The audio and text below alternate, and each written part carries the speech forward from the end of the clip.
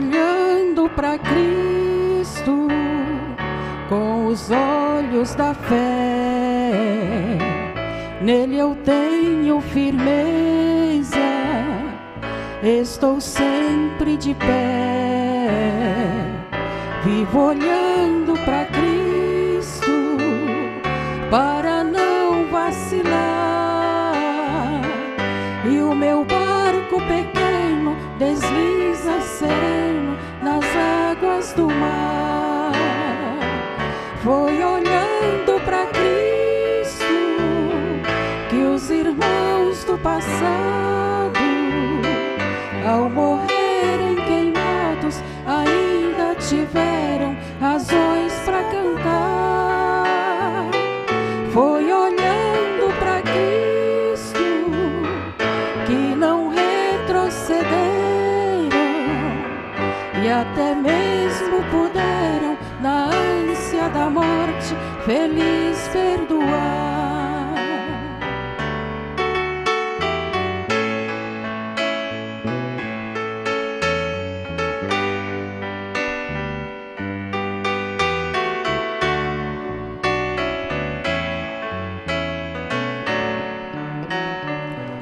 Vivo olhando para Cristo, meu farol divinar, minha luz do caminho que me livra do mal. Vivo olhando para Cristo, fonte de inspiração. Dele vem melodia e a doce poesia da minha canção. Foi olhando para Cristo que os heróis se espelharam e jamais recuaram em meio às torturas e perseguições. Foi olhando para Cristo que seu sangue na arena aspergiram sem pena ao serem moídos por bravos leões. Foi olhando para Cristo que os irmãos do passado, ao morrerem queimados, ainda tiveram razões para cantar. Foi olhando para Cristo que não retrocederam e até mesmo puderam, na ânsia da morte, feliz perdoar. E até mesmo puderam, na ânsia da morte, feliz perdoar.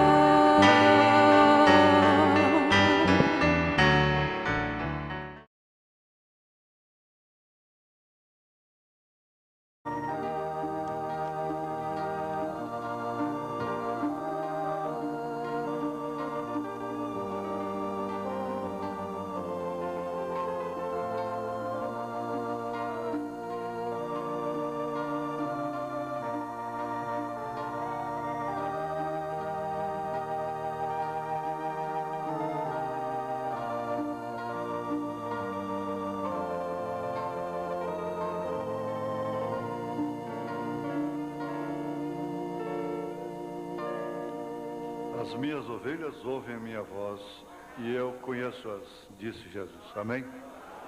Deus abençoe. Nós vamos começar a nossa escola com aquela preleção que pode ser a escola também, não é? Estou com as duas matérias prontas. Mas como eu anunciei sexta-feira passada, nós teríamos aqui uma palavra para com esses irmãos que estão sendo indicados para servirem o diaconato, serem cooperadores para o diaconato, bem como para todos os diáconos e suas famílias. Então, nós teríamos a base para isto na mensagem a ordenação de diáconos. o que deve muito interessar a toda a igreja, até as crianças. Nós vamos, em primeiro lugar, ler a Bíblia, vamos ficar de pé, fazer essa leitura, e depois nós trataremos objetivamente sobre o assunto.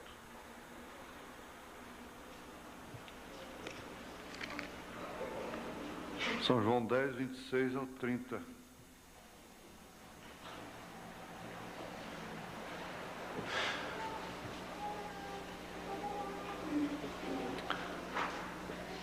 Mas vós não credes, porque não sois das minhas ovelhas, como já vos tenho dito. As minhas ovelhas ouvem a minha voz, e eu conheço-as, e elas me seguem. E dou-lhes a vida eterna, e nunca hão de perecer, e ninguém as arrebatará da minha mão. Meu Pai, que mas deu, é maior do que todos, e ninguém pode arrebatá-las da mão de meu Pai. Eu e o Pai somos um. Te damos graças, ó Pai, por esta grande declaração, esta grande afirmação, este documento tão grande que nós temos acerca da segurança das nossas almas, do nosso destino eterno. Ninguém pode arrebatar-nos das tuas mãos, uma vez que somos ovelhas do Senhor. Pelo que muito agradecemos, ó Pai. Sabemos que somos ingratos, não sabemos dar graças por isso. Nós estamos sempre queixosos, sempre culpando alguém, sempre lamentando, mas se bem pensássemos, nós viveríamos dando graças, graças, graças. Aleluia, aleluia, aleluia, aleluia. Glória a Deus, aleluia. Nós te pedimos que o Senhor venha dirigir esta reunião, determinar todas essas direções, pelo teu nome, pela tua graça, em nome de Jesus Cristo. Amém. Assentai-vos.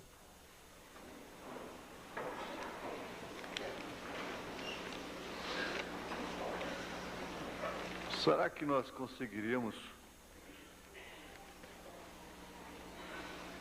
obter essas famílias aqui na frente? Os varões ali ofereceriam a esses 3 primeiros brancos aí voluntariamente?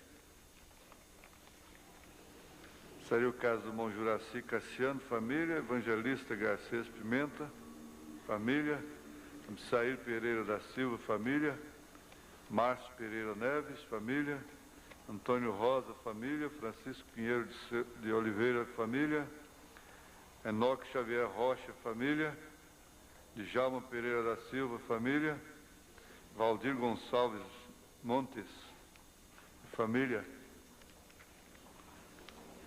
É possível? Muito obrigado a vocês. Depois eles voltam para os seus lugares, vocês tornam a se assentar. Se o nosso tempo não ficar só com essa parte, né? A escola toda. A gente está num tempo de trazer as coisas arrumadas, em ordem, mas deixar que Deus tome conta. Ele pode pegar e ficar somente numa linha, não é?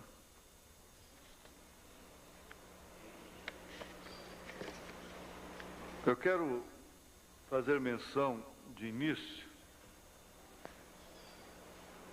quer dizer, vos conscientizar para o vosso relax, né? Ficar mais descontraídos. vocês não estão obrigados a aceitar, reconhecendo que não tem condição atualmente, porque pode ser que não tenha condição hoje, tenha amanhã, mais tarde, né?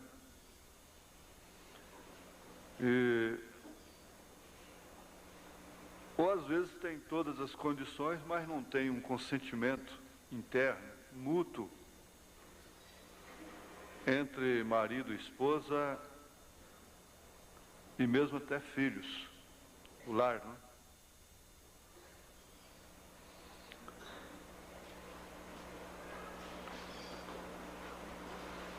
Acho que vocês devem fazer uma reunião em casa e decidirem para depois darem a resposta. Mas quero dizer que vocês são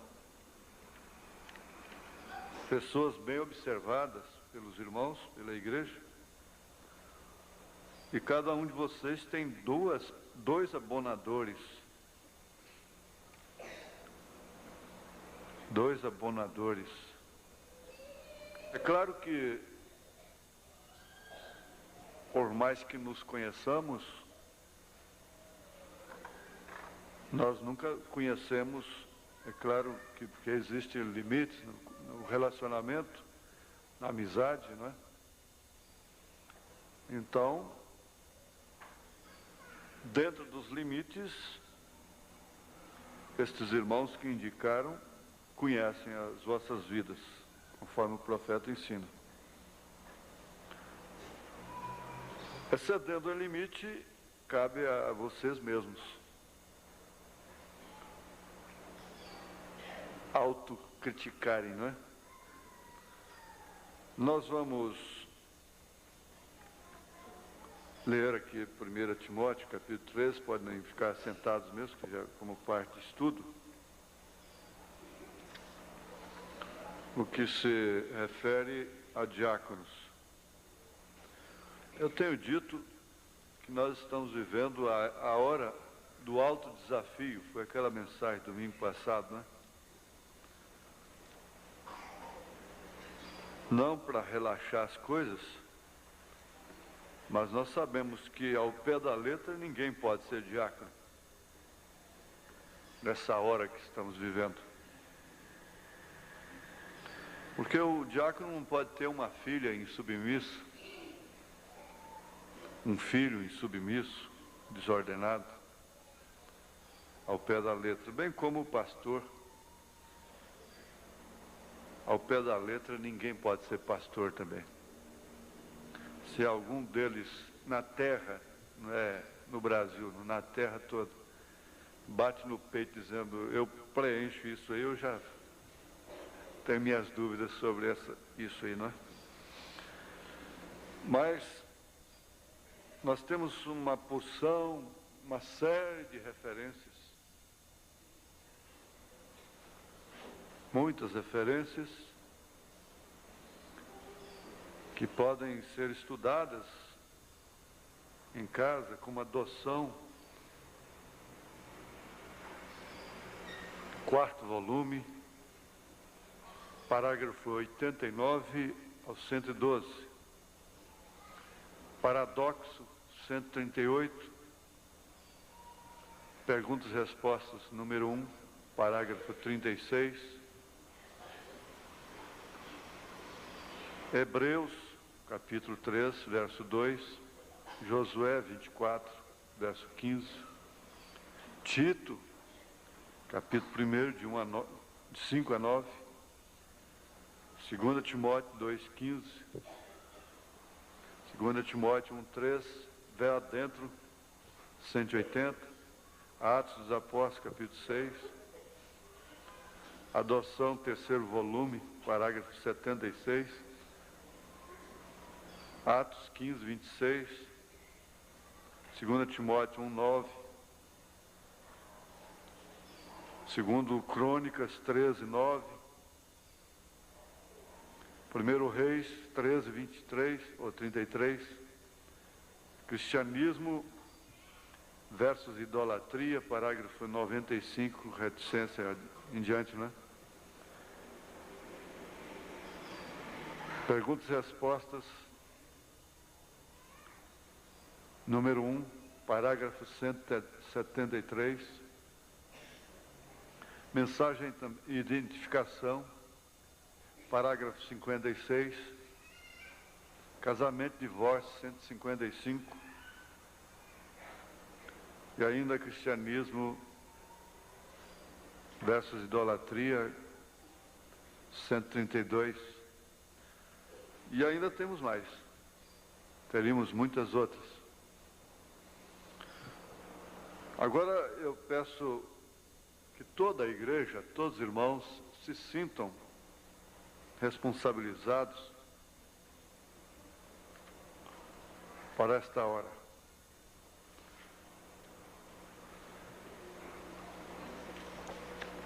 Eu acredito que todos estão conscientizados sobre o que é ser vencedor.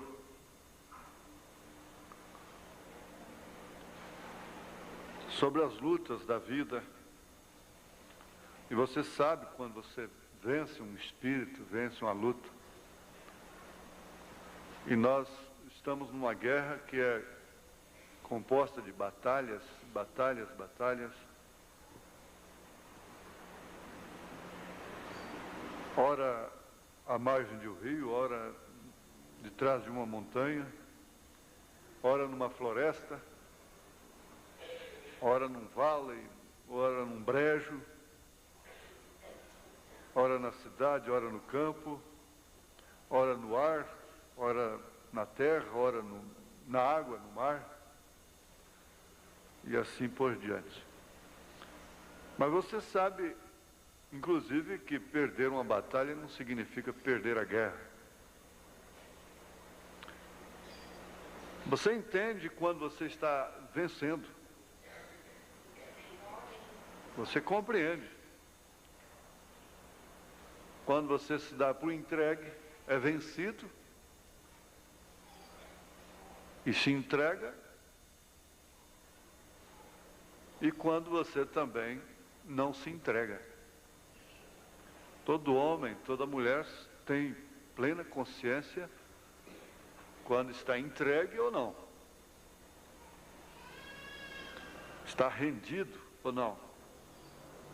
Às vezes fica amarrado, fica preso,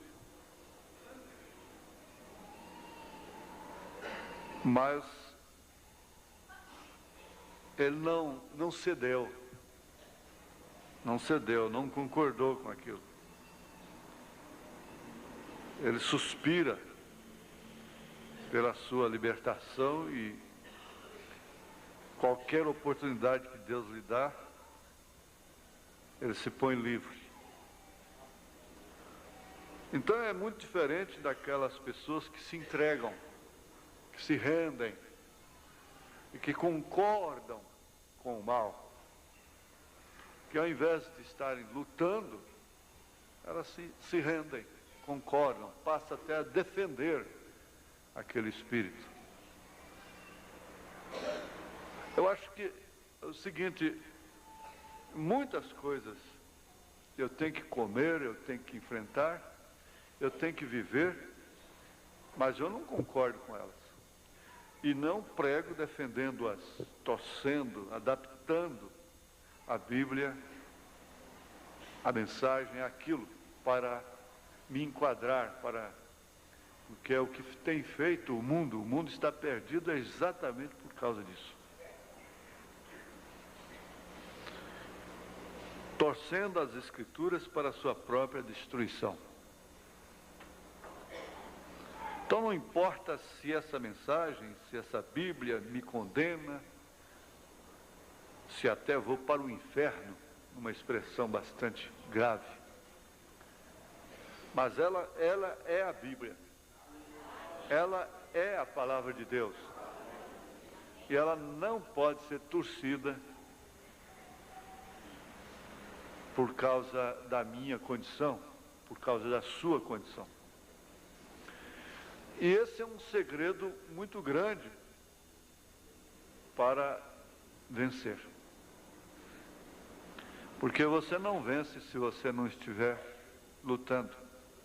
Quem seria condecorado por uma vitória, sendo que nunca teve uma luta? Ninguém, diz o profeta, pode ser condenado por estar lutando, por estar numa dificuldade, numa batalha. E isso é muito mal interpretado pelo espírito religioso. É torcido pelo espírito social. Às vezes o irmão cai numa dificuldade, numa batalha, numa luta, e ao invés dele ser ajudado, ele é condenado pelo espírito social, pela ordem social. Agora, é claro que nós estamos falando com segurança de que ninguém vai tomar estas coisas, esta luz, para cegar a si próprio e cair no abuso da graça. O irmão Branham disse que ele queria ser encontrado assim, lutando. E ele, baseando-se, é claro, nessa escritura e as demais referências, vamos ler somente em relação aos diáconos, a partir do verso 8. Da mesma sorte os diáconos sejam honestos, não de língua dobre, não dados a muito vinho. Essa escritura aqui, às vezes, dá margem para a doutrina de que, não sendo muito vinho, pode-se tomar pouco vinho. Inclusive, Paulo refere isso, dirige isto até às mulheres idosas, que não seja muito dadas a muito vinho, e que sejam boas conselheiras, orientadoras das mais novas. Mas isto vale muito a geografia também. A geografia influi muito nisso aqui. A tradição, os costumes, a criação, inclusive em região que o vinho era natural porque produz uvas no tempo certo, no tempo do frio, né? É aquele vinho natural. E tudo que você vê na Escritura, que te libera, o que te prende, que faz isto, faz aquilo, você quer revelado acerca do profeta, você vai lá no profeta. Então você encontra que ele chegou na Suíça e lá era tradição. O vinho. Inclusive até circunstancialmente, porque a água lá é insuportável, diz ele. Mas o que aconteceu? Ele carregava a sua vasilha com a sua própria água.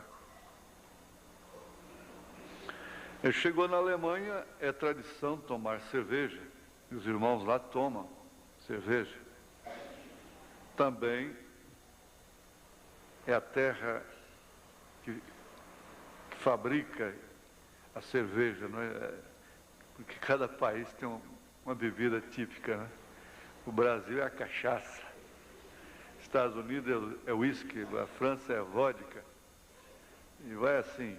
E o vinho, Portugal, Espanha, esses lugares aí, cada um tem uma bebida tradicional. Então, ele não concordou que os irmãos tomassem cerveja, mesmo na Alemanha. Mas vamos passar só um pouquinho assim. Não cobiçosos de torpe ganância, guardando o mistério da fé em uma pura consciência, e também estes sejam primeiro provados, depois sirvam. Por isso eles serão cooperadores primeiro. Se forem irrepreensíveis. Irrepreensível é aquele que não tem que ser repreendido. não tem acusações sobre si, não é? Da mesma sorte, as mulheres sejam honestas, não maldizentes, sóbrias e fiéis em tudo. Elas, por serem esposas de diácono, não quer dizer que elas são diaconisas. E que elas têm que intrometer no serviço, e elas têm que saber o que os diáconos trataram na reunião.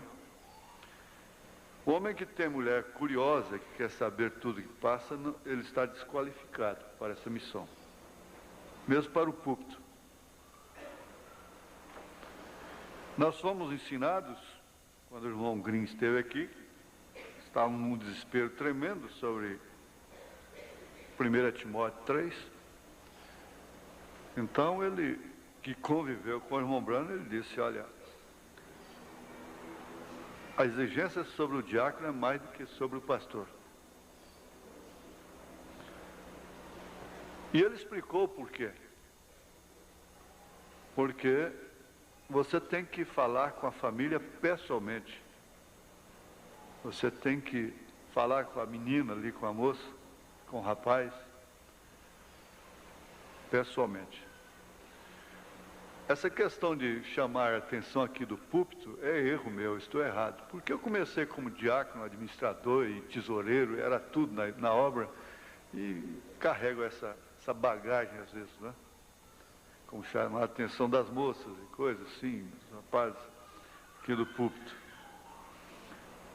Mas às vezes é justamente porque os diáconos ficam mais ligados à mensagem aqui com os olhos do que as próprias pessoas, não é? Eles têm que me poupar disso, porque o certo é eles. Eles têm que ver quando a pessoa está sentada lá fora no rumo da porta e conversando e brincando com criança, que está prejudicando a mensagem cá no púlpito e prejudicando aqueles que estão ao redor, que às vezes tira o pão da boca para pagar uma passagem, para vir num culto, e depois aquela moça, aquele rapaz, aquela irmã, aquele irmão, seja quem for, visitante, não está nem ligando para isso, fica ali perturbando, desviando a atenção, brincando com a criancinha que está na frente, com os dentinhos nascendo, caducando com criança dentro do santuário na hora da pregação, essa coiseira toda.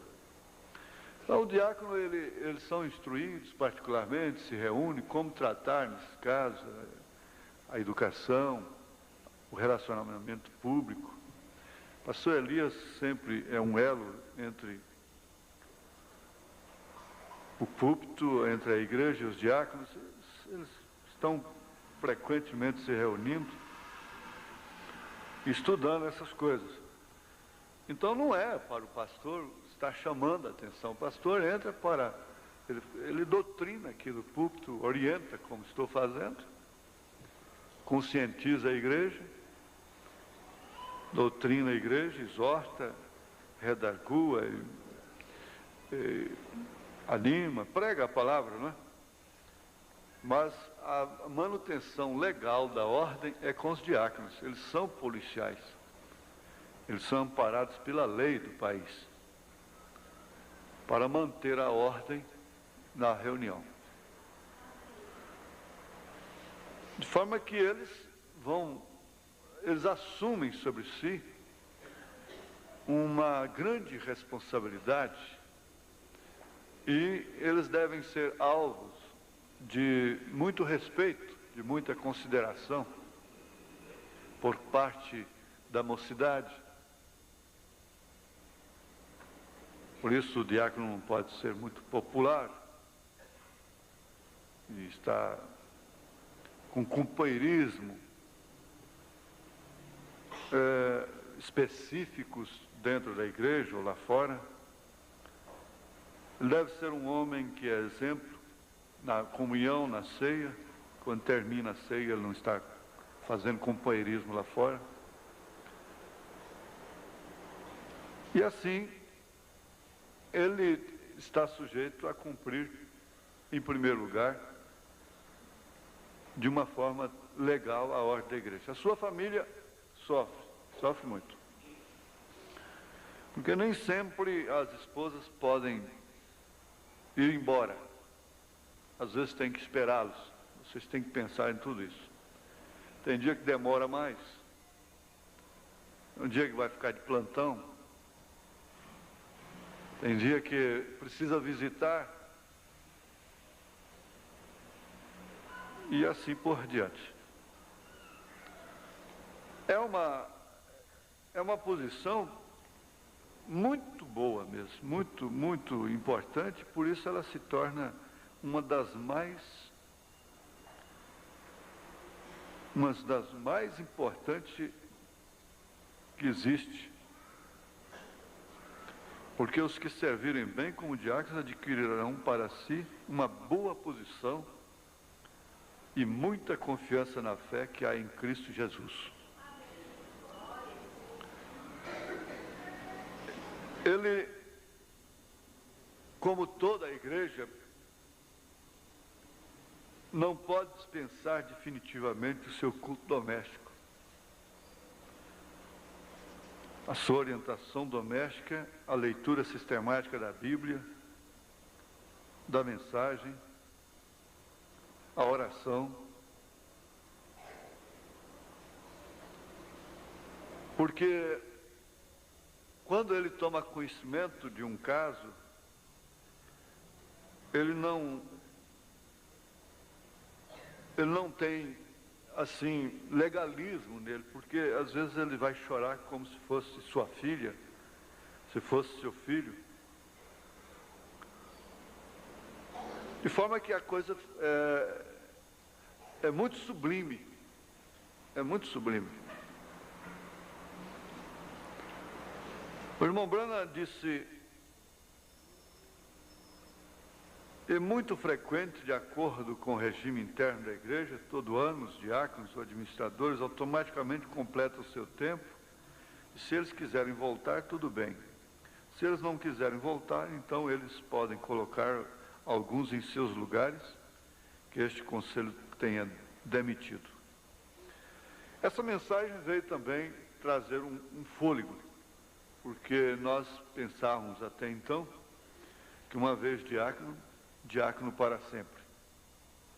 Então ela trouxe esse alívio, porque às vezes alguns, muito sinceros, haviam chegado à conclusão de que pelo menos por um tempo eles teriam que se assentar. E muitos deles, pela sinceridade, pelo temor a Deus, não o faziam até que essa mensagem chegou. Ela chegou na hora certa, como todas as mensagens. Agora nós vamos passar aqui, o ofício de um diácono é um ofício muito importante. Está no parágrafo 6. Eu quero que vocês, cada um de vocês, adquiram a mensagem dessa, a ordenação dos diáconos. O diácono precisa ter a ordem da igreja, Deus em simplicidade, a ordenação de diáconos, como todas as mensagens. Mas, é claro, o que se refere, essa lista aqui que eu citei aqui, não é? Não falei na ordem da igreja, Deus em simplicidade, e tem esse monte de referências, que de uma forma ou de outra, elas estão vinculadas ao ministério do pastor e do diácono.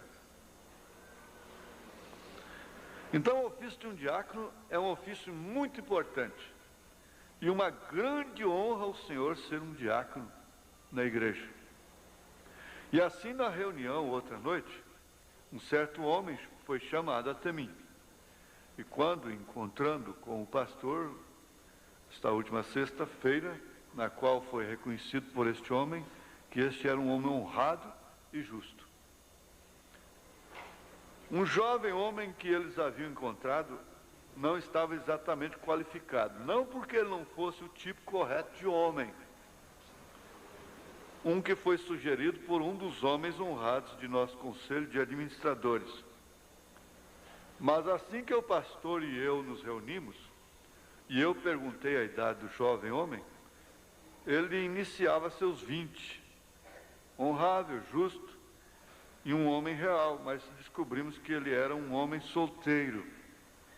A Bíblia requer que um diácono seja um homem casado. Ele deve ser marido de uma mulher. E então o outro homem, que era um homem muito honrado, muito qualificado para o serviço, e seria um homem leal, como o irmão o sugeriu. Então, após investigar o caso, pois o irmão tinha acabado de entrar recentemente para esta fé, sua esposa não crê nisto, na mensagem. Então aquilo desqualificou o homem no ofício. Eles devem também estar na fé, elas, porque isso seria um conflito.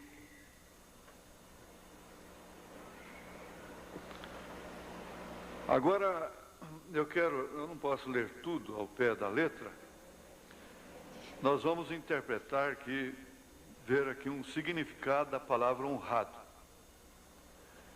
Honrado significa aquele que tem honra. E a honra significa, por sua vez, exatamente, honestidade, dignidade, probo, que quer dizer de caráter íntegro. É um homem que tem força para vencer propinas, ofertas, para rejeitar conveniências. Em todos os aspectos,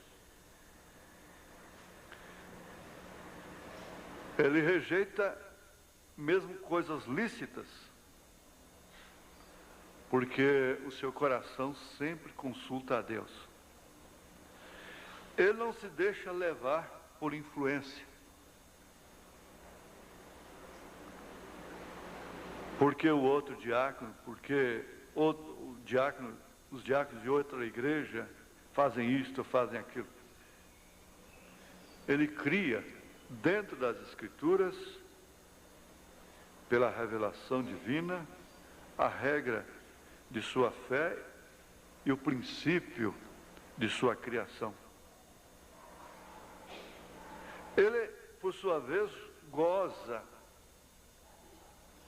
do privilégio de ser tratado com honra e respeito dentro do seu lar e por onde quer que anda.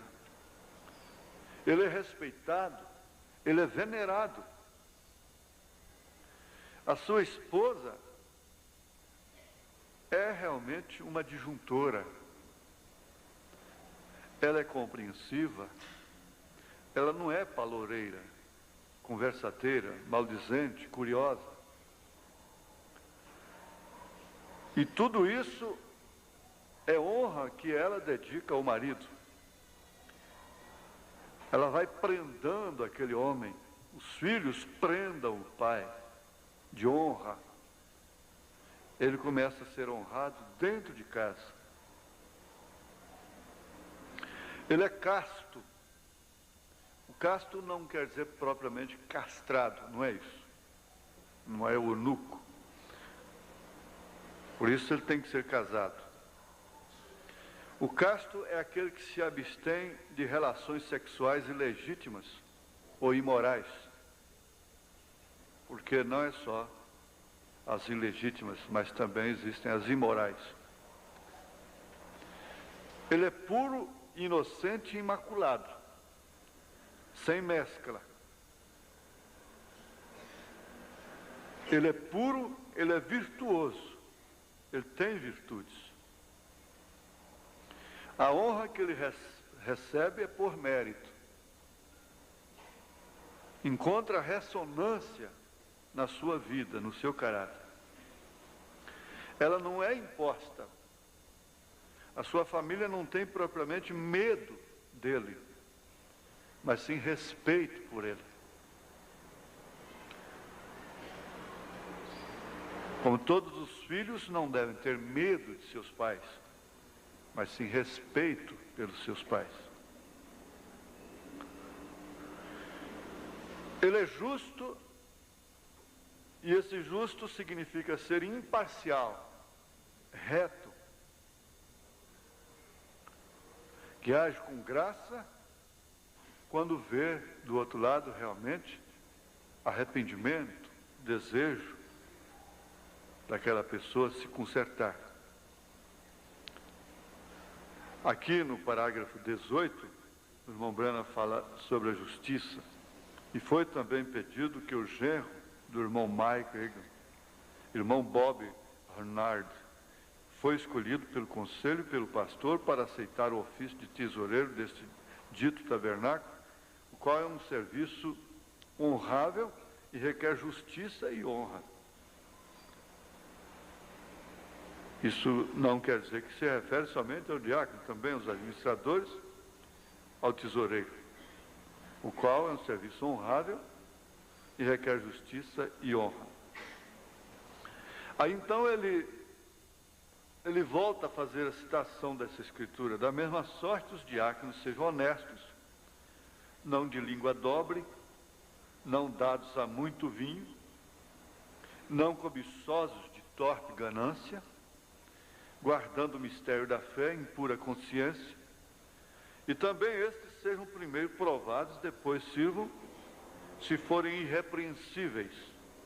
Da mesma sorte as mulheres sejam honestas, não maldizentes, sóbrias e fiéis em tudo. Os diáconos sejam maridos de uma mulher, e governem bem a seus filhos e suas próprias casas. Porque os que servirem bem como diáconos adquirirão para si uma boa posição e muita confiança na fé que há em Cristo Jesus.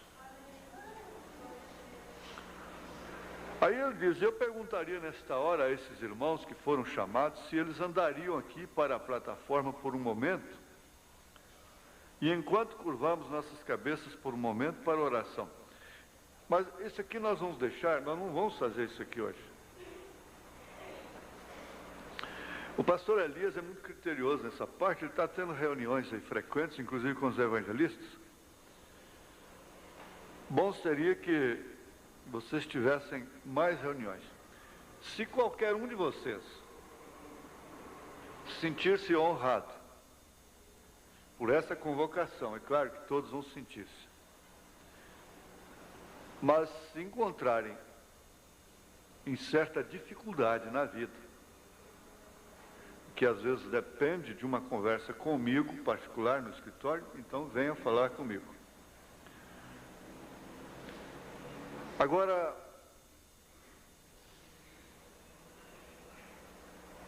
coisas normais, naturais, vocês acertem com o irmão Elias, com o pastor Elias, e ele vai me oferecer depois a relação daqueles que realmente aceitaram.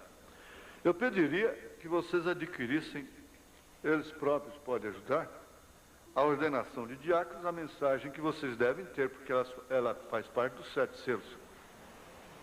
Ela começa com Deus em simplicidade, é o primeiro volume. E ali você vai até certo ponto, certo? E você vai ver ali a consagração, reconsagração do santuário, e aí você, com a família, toma mais noção da função, do porquê da ordem da igreja. E a mensagem, a ordem da igreja, ela está composta de deveres de administradores, diácono, pastor, mas você então estuda destacando, distinguindo ali, sublinhando os deveres dos diáconos. E aí, quem sabe, domingo próximo a gente já tem a indicação oficial. Eu não sei, se fosse hoje à noite seria melhor, porque nós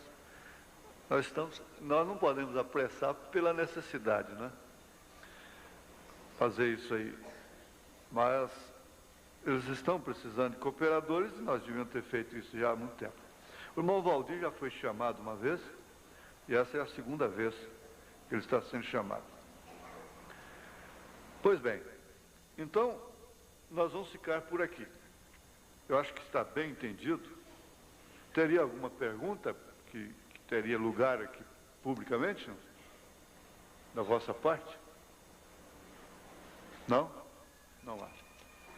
Então faz o seguinte, vocês, como é, irmão Elias, vocês reuniriam hoje ainda? Depois da escola? Depois da escola mesmo? Eles ficariam aí? Está bem. Então, aí vocês vão se munir dessas mensagens. Se der para fazer esse estudo hoje ainda, tudo bem. Se não, o que vai fazer? Eu fico aguardando essa relação. Se tiver algum problema de ordem maior, como o profeta disse, então você já fica depois da escola e vem no escritório falar comigo, que talvez você possa se esbarrar por causa de uma coisa que eu possa te ajudar mais, né? A sair disso aí. Então, fica assim, vocês peguem as mensagens com eles agora depois da escola, e eu vou aguardar se você me entregar a lista hoje. Bem, se não, porque eu tenho que ter mais 8 dias. Aí eu apresento para a igreja, depois vamos ver se a igreja teria no mínimo 8 dias para opinar pró ou contra. Tiver alguém, se você tem alguma coisa contra alguns desses irmãos, então vocês devem procurá-los pessoalmente, dizer: ó, irmão, acho que você deve deixar mais para frente, qualquer coisa assim, não é? Mas a igreja terá 8 dias para fazer isso, para depois, o profeta disse: se você não falar aqui, você não tem nada que falar lá fora. Nós temos que aprender isso. Pois bem, vocês fiquem à vontade. Se tiverem que voltar com seus filhos lá para os seus lugares, se estiver bem aí, os irmãos aí são soldados, né? Eles ficam em pé mesmo. Vamos agora para o nosso estudo.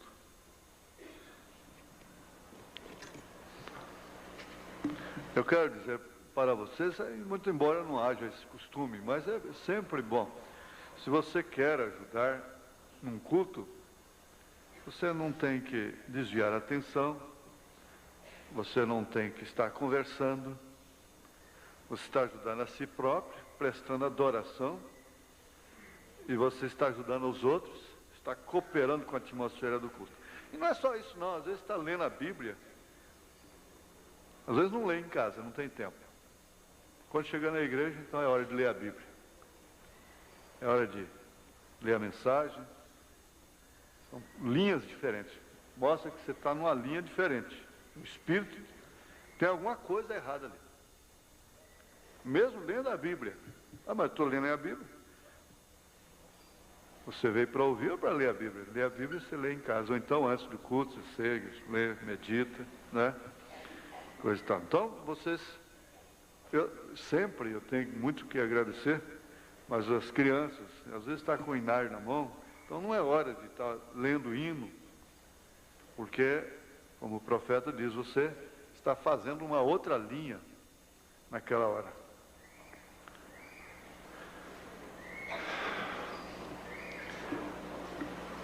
A revelação de Jesus Cristo. Vamos cantar um hino para fazer aqui uma separação.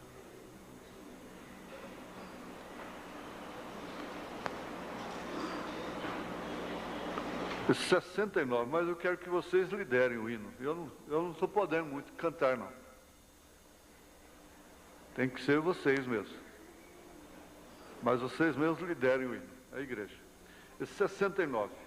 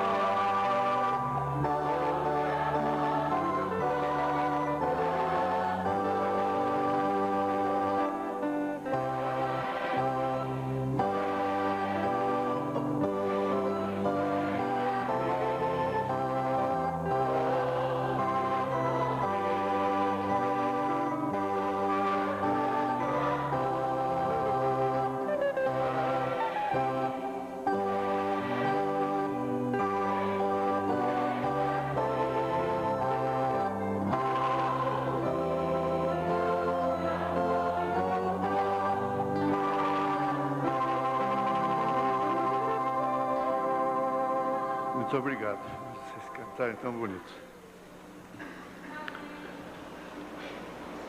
Eu tenho uma senhora, uma irmã, ela me telefonou assim, até um tanto desesperada, porque ela trabalha com cabelos, e ela disse assim, olha, uma senhora foi agredida, atacada, violentada, e cortaram o cabelo dela, porque tinha o cabelo longo.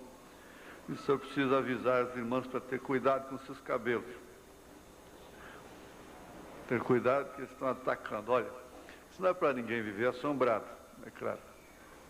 Então, ela está meio preocupada com isso. Eu disse, não, eu vou avisar para as irmãs. Mas as irmãs não andam. Eu não creio que aquela senhora também estava passeando por aí, não é? Mas, assim, um certo cuidado, um ônibus, uma coisa assim, é bom, né? E uma moça que parece oferecer, se não me engano, 1,5 milhão pelo cabelo dela num ponto de ônibus. Isso quer dizer que já estavam namorando o cabelo dela, né?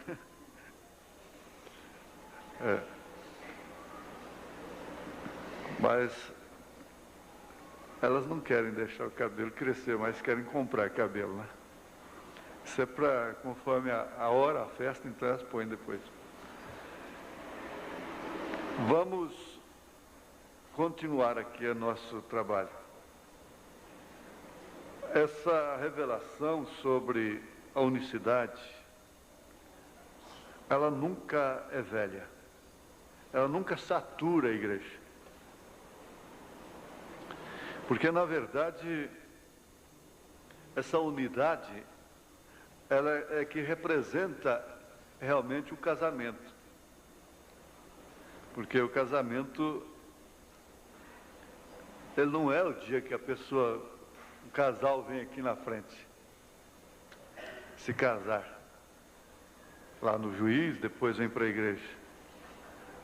O casamento é até que a morte os separe, né?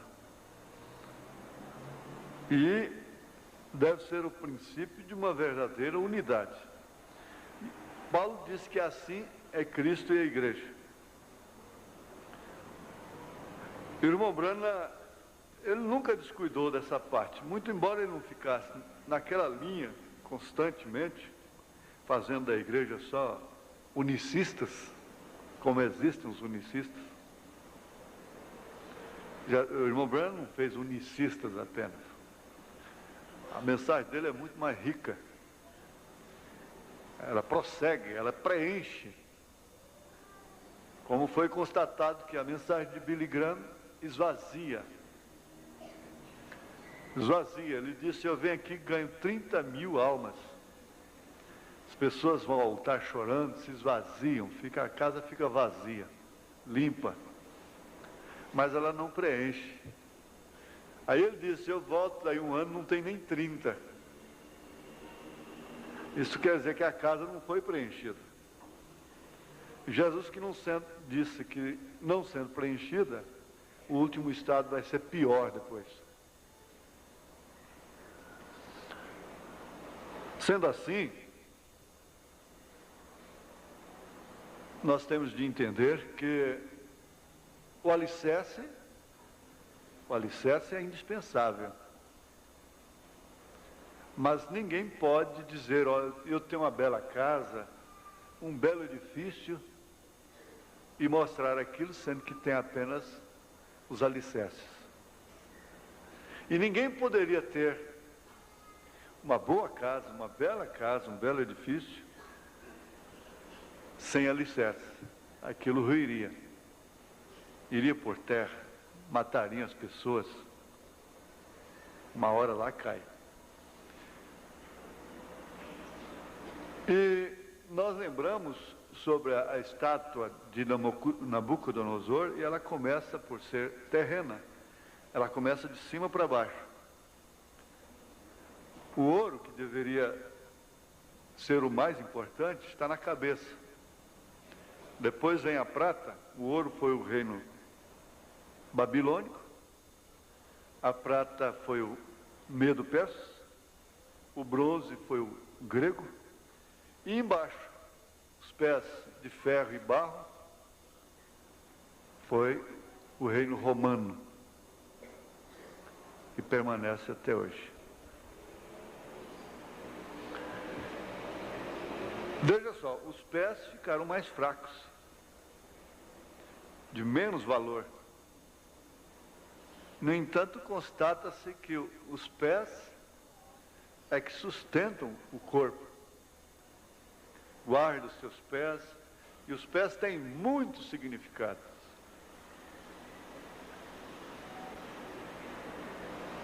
Aqueles que sabem melhor, explicam melhor, é claro, sobre a influência que existe nos pés, dessa ligação até com o cérebro.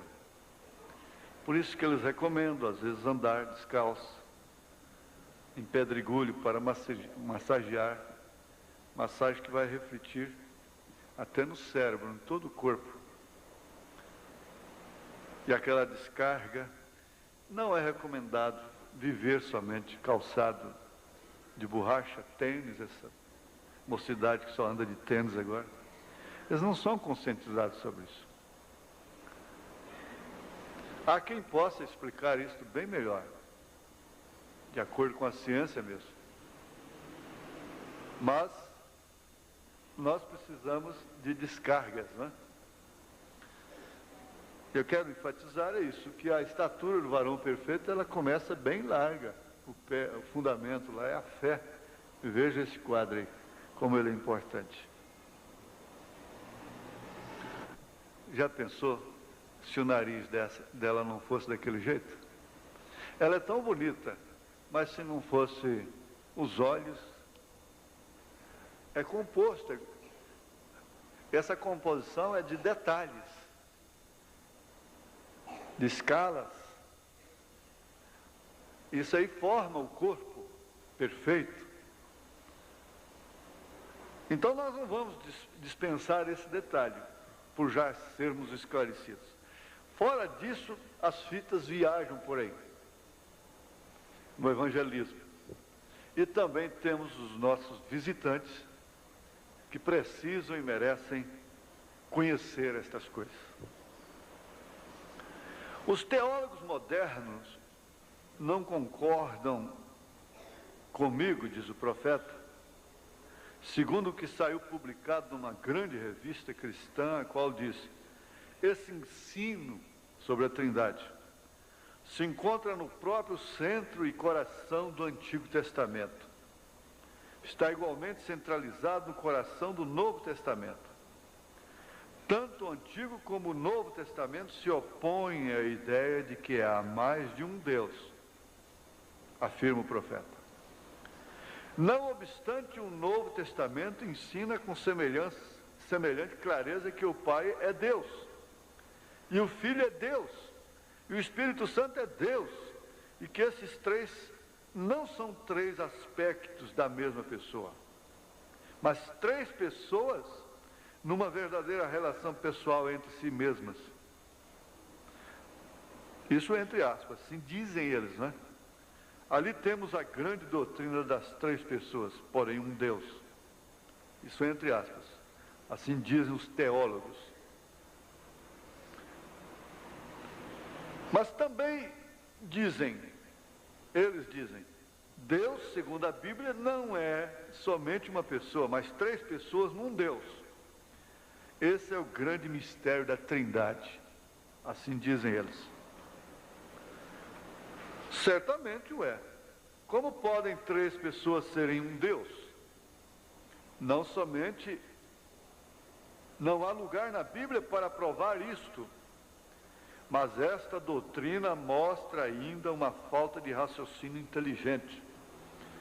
Três pessoas distintas, embora se identifica substância, são três deuses, ou o idioma tem perdido seu sentido completamente. Escutem estas palavras outra vez. Eu sou o Alfa e o Ômega, o princípio e o fim, diz o Senhor, que que era e que há de vir, o Todo-Poderoso. Isto é deidade. Deidade em Jesus Cristo. Isso não é simplesmente um profeta. Jesus não foi apenas um profeta, um homem. Isto é Deus. E não uma revelação de 3 pessoas, mas um Deus, o Todo-Poderoso. Ali no princípio da igreja, na primeira era lá, não creram em 3 deuses. Tanto que eles nunca batizaram em nome do Pai, do Filho e do Espírito Santo. Eles batizaram em nome do Senhor Jesus Cristo. Você não pode encontrar essa classe de doutrina entre os apóstolos. Não. Foi depois da era apostólica que esta doutrina entrou e verdadeiramente chegou a ser uma doutrina fundamental no Concílio de Nicéia, 325 anos depois de Cristo. A doutrina da deidade causou em Nicéia uma separação em 2 sentidos. E dessa separação saíram 2 extremos. Um simplesmente foi ao politeísmo, crendo em 3 deuses. E o outro foi ao unitarismo. Naturalmente, isto tomou um tempo para se desenvolver, porém sucedeu, e o temos hoje em dia. Porém, a revelação através de João foi dada pelo Espírito às igrejas. Foi: eu sou o Senhor Jesus Cristo e sou a plenitude, não há nenhum outro Deus. E ele pôs seu selo sobre esta revelação. Considere isto: quem foi o pai de Jesus? Mateus 1,18 diz: achou-se ter concebido do Espírito Santo. De quem a mulher concebe, ali está o pai da criança. Porém, Jesus mesmo disse que Deus era seu pai. Deus, o Pai, e Deus, o Espírito Santo, como frequentemente expressamos estes termos, fazem ao Pai e ao Espírito um. E em verdade são um. De outra maneira, Deus teve 2 pais. Eu digo, Jesus teve 2 pais. O Espírito Santo, depois Deus. Ora, Deus é Espírito e só pode ser Santo. Porém, note que Jesus disse que ele e seu Pai eram um, não 2. Isso produz um Deus. Desde que isto seja histórica e escrituristicamente verdade, o povo pergunta de onde vieram os 3. Foi uma doutrina fundamental no Concílio de Nicéia no ano 325 AD, esta trindade, uma palavra absolutamente inescriturística, foi baseada sobre os muitos deuses de Roma. Eles sempre gostam da pluralidade e depois unitarizam.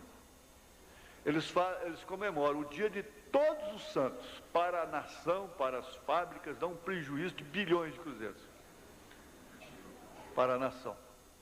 Aí depois cada dia tem o dia de um santo de novo, até chegar na Aparecida, a padroeira. Não já teve o dia de todos os santos?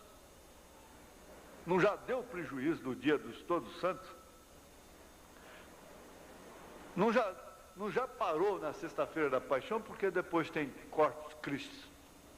Parar a nação de novo, todinha de novo.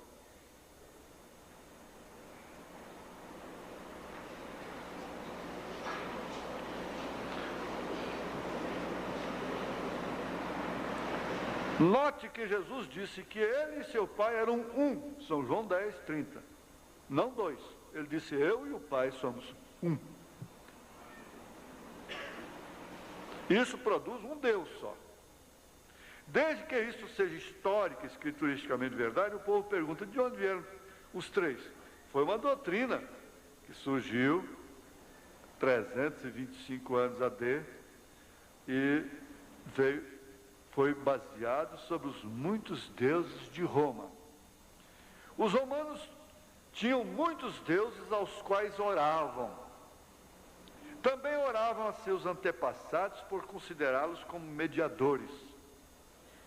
Foi somente um passo para dar nomes novos a deuses antigos. E agora temos santos para torná-lo mais bíblico.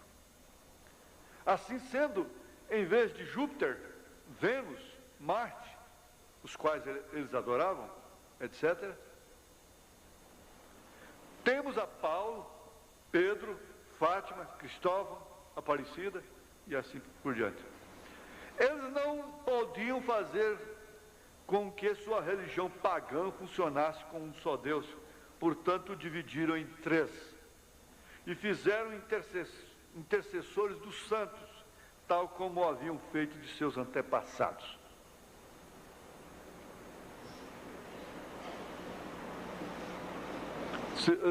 Para falar a verdade, desde que estavam cegos,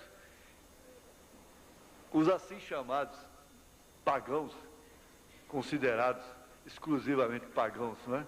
Que não eram desse cristianismo, entre aspas, eles tinham ligações com os planetas, com os astros, os quais exercem realmente influência sobre a Terra e até sobre a vida humana.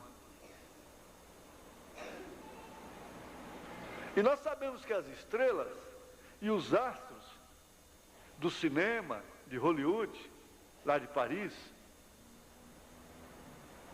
lá do trono de Satanás aqui do Brasil, lá do Rio de Janeiro, essas estrelas exercem influência sobre as mulheres, sobre os homens. Elas agora estão até fazendo propaganda de veneno que come, goiabada, marmelada, extrato de tomate, ketchup, o ketchup.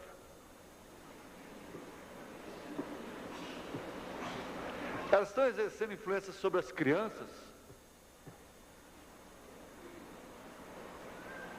influência sobre os homens. A influência dessas estrelas, destes astros, é que põe as mulheres nuas na rua, pintadas.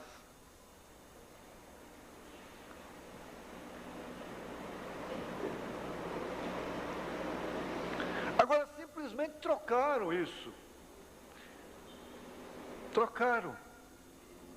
Desde então o mundo não tem podido compreender que há somente um Deus com 3 ofícios ou manifestações. Mas voltando um pouquinho atrás, Pedro foi um grande astro de Jesus. Vós sois luzes. E qual a influência que Pedro causa sobre o povo? Suas cartas. Qual a influência que Maria causa sobre as mulheres deste país? Qual a influência?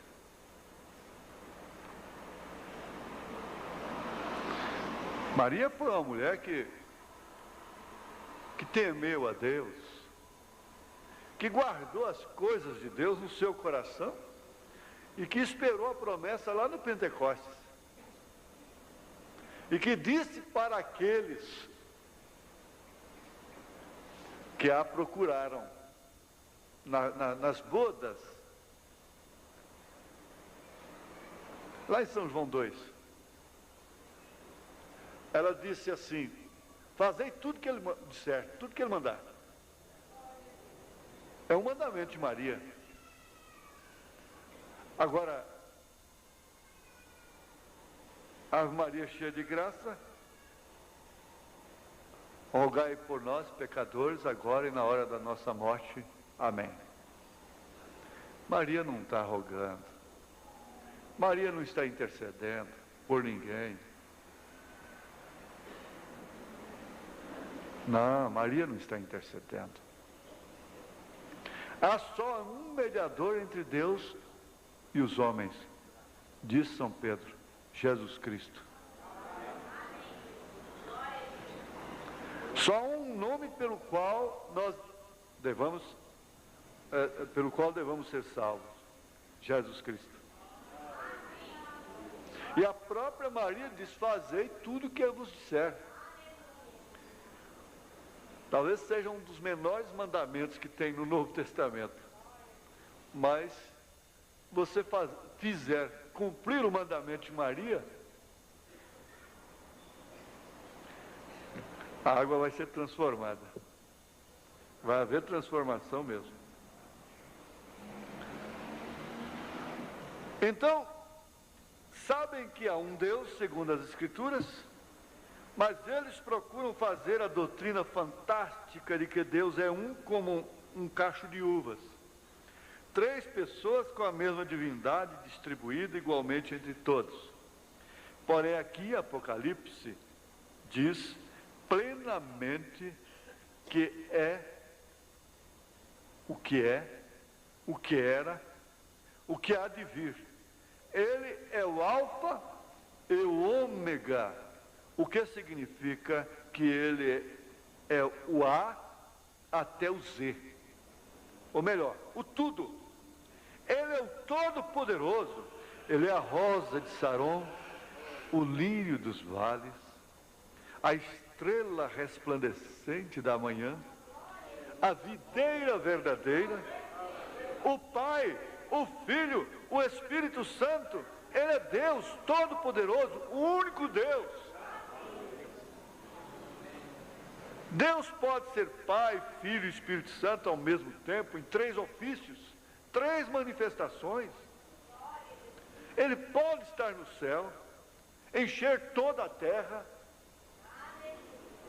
se manifestar em forma corpórea de uma pomba e descer sobre seu filho, porque ele próprio nasceu de mulher, por isso é filho. Não há um filho eterno, não há uma mãe de Deus. Maria, mãe de Deus. E quem é o pai de Deus então? 1 Timóteo 3,16 diz: e sem dúvida alguma grande é o mistério da piedade. Aquele que se manifestou em carne, foi justificado em espírito, visto dos anjos, pregado aos gentios, crido no mundo e recebido acima na glória. É mais do que bonito, é fundamental, é importante.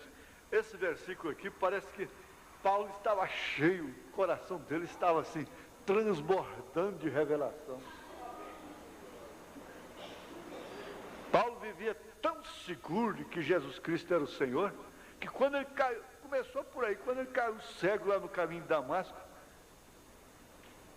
ele disse: quem és tu, Senhor? E um homem como o então Saulo de Tarso não chamaria ninguém de Senhor, a não ser Deus, Jeová. Começou ali a coisa. E agora o seu coração estava fervendo de revelação, transbordando. Você sabe que isso transborda? Transborda, isso contagia, isso influencia as filhinhas, os filhinhos, influencia o lar, cria atmosfera. E sem dúvida alguma grande é o mistério da piedade. Piedade. Aquele que se manifestou em carne, foi justificado em espírito, visto dos anjos, pregado aos gentios, crido no mundo e recebido acima na glória. Isto é o que diz a Bíblia. Aqui não diz nada de uma primeira, segunda ou terceira pessoa. Diz que Deus foi manifesto em carne. Um Deus. Aquele Deus foi manifesto em carne. Isso deveria pôr fim ao assunto.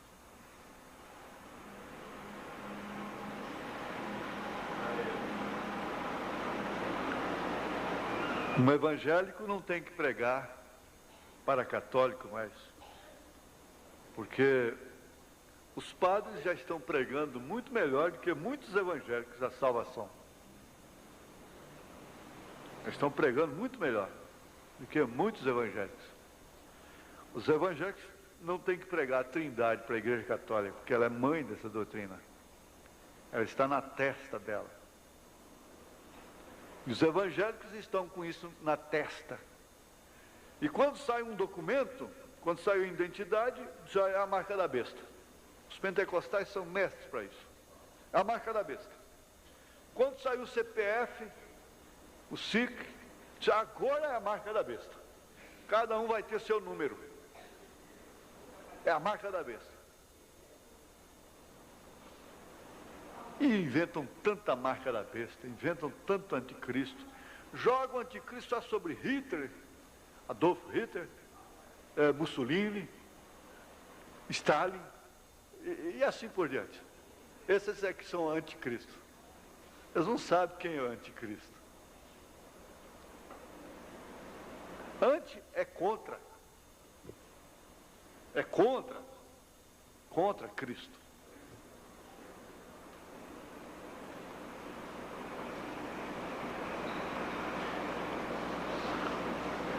Isso deveria pôr fim ao assunto, porque isso tem muito a ver com a sua revelação,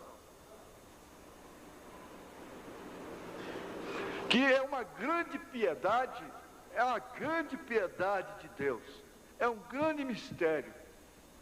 Ele, como Deus, habitar num homem como você, como eu, numa mulher como você,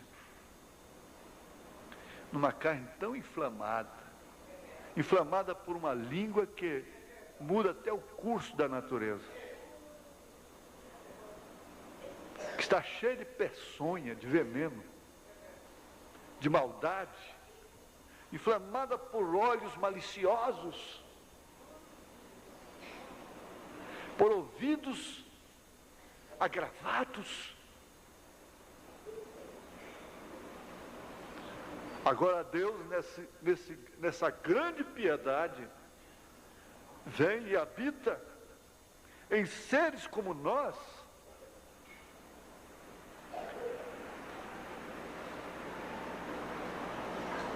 isso é milhões de vezes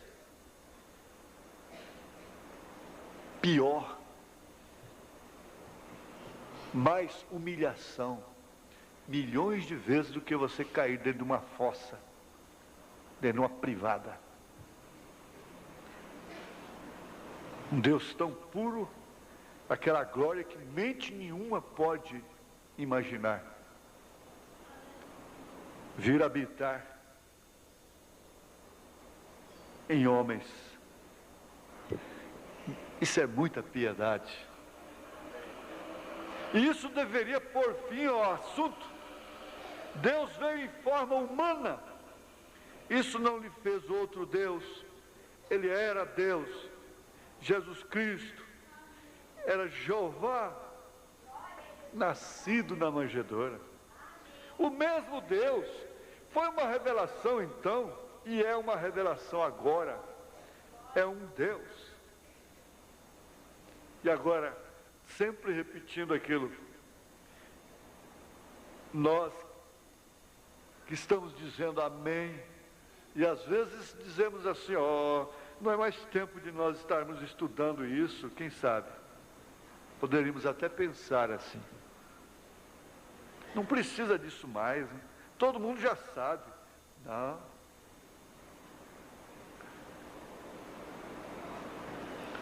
Você se esqueceu.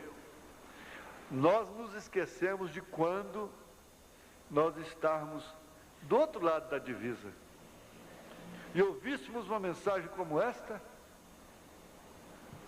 ela nos poria várias noites sem dormir, como aconteceu conosco. Então ela continua sendo a mesma coisa, é o mesmo mistério. Voltemos à Bíblia para ver o que ele era no princípio, segundo a revelação que ele deu de si mesmo. o grande Jeová apareceu a Israel na coluna de fogo como um anjo do pacto. Ele voltou nessa coluna de fogo e guiou a Israel diariamente. No templo, ele anunciou sua vinda com uma grande nuvem. Então, um dia, ele foi manifestado num corpo nascido de uma virgem, o qual foi preparado para ele. O Deus que morou numa tenda de carne e viveu como um homem entre os homens, porém ele era o mesmo Deus. Ele sempre foi Deus. Ele sempre foi o Verbo. E no princípio era o Verbo. E o Verbo estava com Deus. E o Verbo era Deus. E todas as coisas que foram feitas por Ele. Nada do que foi feito sem Ele. São João capítulo 1. A Bíblia ensina que Deus estava em Cristo. O corpo era Jesus. Nele habitou a plenitude da divindade corporalmente. Nada pode ser mais claro que isso. Mistério? Sim, porém plena verdade. Não pode ser mais claro. Assim sendo, se ele não foi 3 pessoas ontem, tampouco pode ser 3 pessoas hoje. Um Deus, e este mesmo Deus foi feito carne. Perguntei no rádio ontem.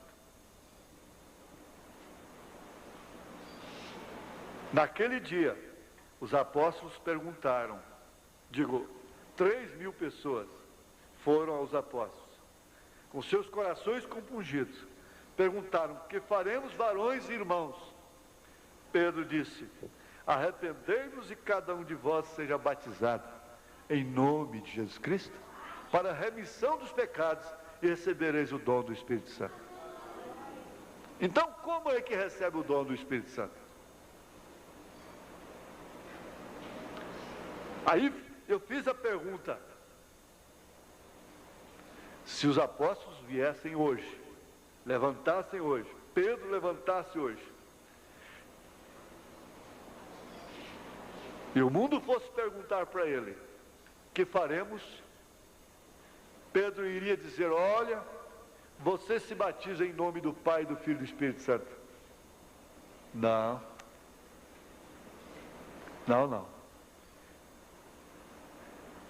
Olha, se você está me ouvindo na fita, se você está me ouvindo aqui agora pessoalmente, isso é um desafio para o reverendo, para o teólogo. Você prega que Jesus Cristo é o mesmo ontem, hoje e eternamente, e você não pode discordar disso. E como é que você poderia dizer que os apóstolos mudaram? Me mostra uma referência bíblica onde os apóstolos usaram os títulos. E se Pedro levantasse hoje, qual seria o conselho dele? Ele teria que passar uma borracha em Atos 2, a partir do verso 37. Teria que apagar. Apague esta Bíblia. Mas se o autor continua sendo o mesmo, apague esta Bíblia.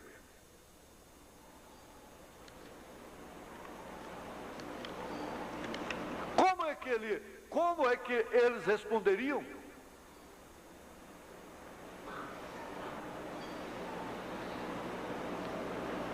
Leia Atos 2, a partir do verso 37. E chama Pedro agora, no século 20. Como que ele responderia?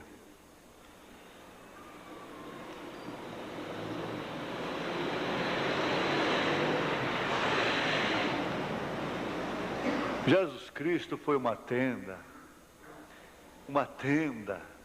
Não é de à toa que Abraão gostou de tenda, habitou em tendas.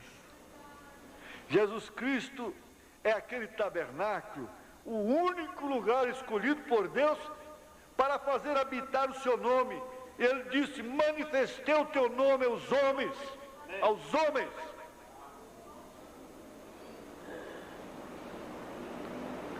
O filho que estava no seio do Pai, este o fez conhecer. Eu continuo vos desafiando nesse evangelismo. Aqui está o verdadeiro evangelismo da noiva. Quando vocês, evangélicos, pentecostais, denominacionais, chegarem lá em cima, vocês vão ter que procurar o Pai, o Filho e o Espírito Santo.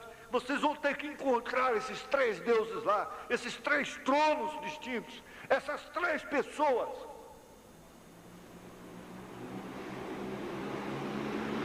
E se vocês não encontrarem, e tiverem ainda a oportunidade de fazer uma pergunta lá em cima, onde está o Pai? Jesus vai dizer assim: vocês estudaram tantos anos lá na terra, se formaram, adquiriram títulos, leram tanto São João capítulo 14, interpretaram somente o pronome, rogarei o Pai e Ele vos mandará um outro Consolador, mas não souberam analisar o verbo.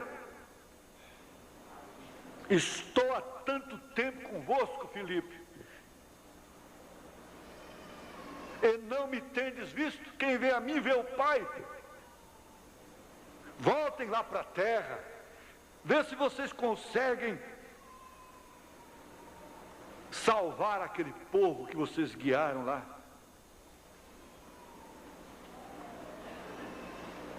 Voltem para lá. Para que essa Bíblia?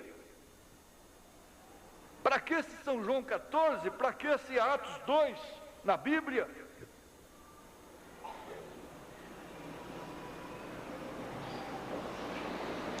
E todas as demais referências?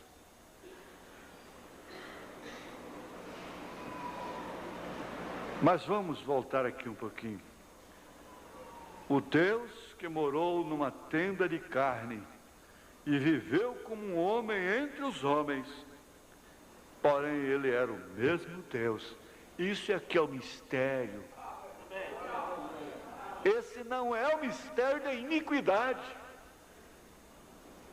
esse é o mistério da piedade.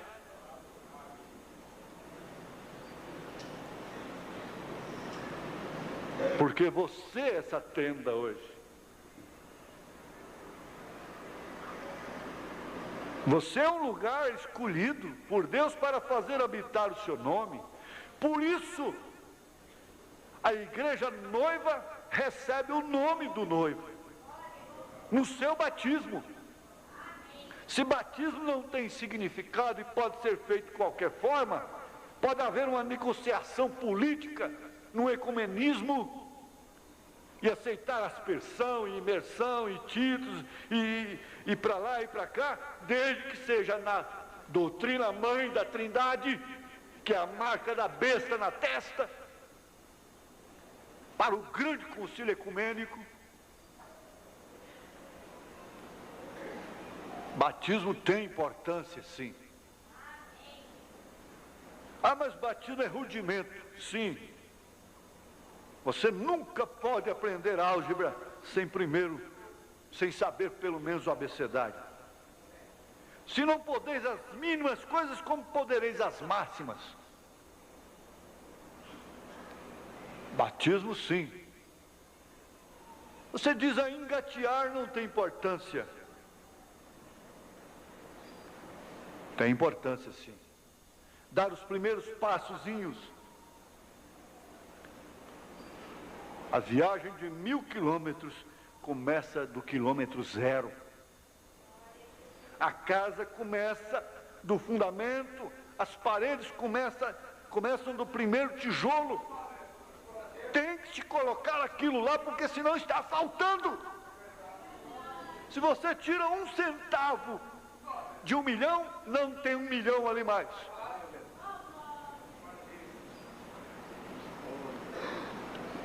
E o corpo de Jesus é perfeito. Perfeito, perfeito. Está completo. Irmãos, nós já passamos da hora. A pré-eleição hoje foi mais longa um pouquinho. Vamos ficar de pé. Nós vamos encerrar o trabalho com o pastor Elias orando. E à tarde nós estaremos aqui, se Deus o permitir. Senhor nosso Deus, o Senhor tem feito esta operação maravilhosa nos nossos olhos. Podemos cantar, eu cego fui, mas hoje vejo já, sublime graça do Senhor. Podemos ver, Senhor, estas gloriosas maravilhas na Tua palavra, Senhor. Podemos ver também as Tuas promessas, Senhor, que o Senhor comprou para nós, Senhor. E nós estamos neste lugar de refúgio debaixo de Tua graça. E Ele nos oferece, Senhor, estas promessas, que o Senhor estaria conosco, Senhor, em todos os momentos, Senhor. Ó Deus, o Senhor tem uma mina de muitos tesouros, a fonte de todos os recursos. Senhor, ajuda a nossa fé, Senhor. Senhor, é a Tua palavra que nos abençoa. Senhor, que o enfermo possa, Senhor, sair curado, Senhor. Cada um, Senhor, sair abençoado, Senhor. Pois é a Tua palavra que nos abençoa. É o Senhor que nos dá a bênção, Senhor. Nós agradecemos, Senhor, porque podemos cantar somente crer, somente crer. Cremos, Senhor, cremos nas Tuas maravilhas, nas Tuas promessas. No nome de Jesus Cristo. Amém, Senhor. Amém. Cumprimente um outro dizendo, Deus te abençoe, volte para casa abençoado, crendo na palavra de Deus. Deus abençoe os irmãos, no nome de Jesus Cristo.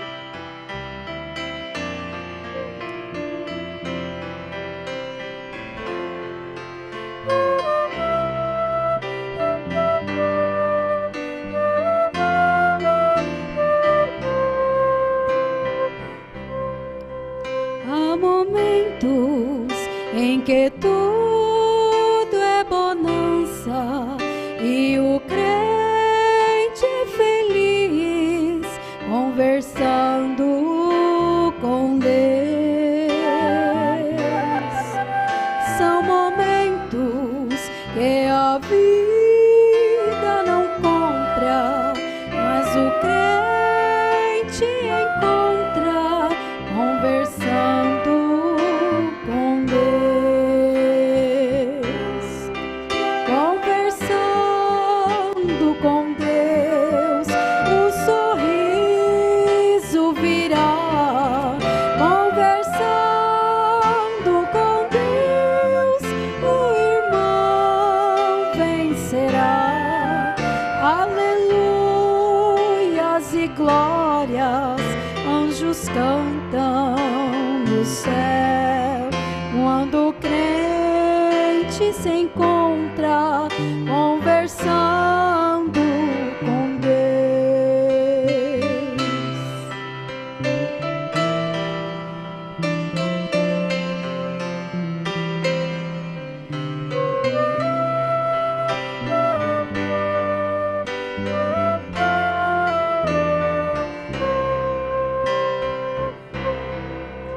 Jesus Cristo ensinou a viver entre as coisas que existem, conversando com Deus.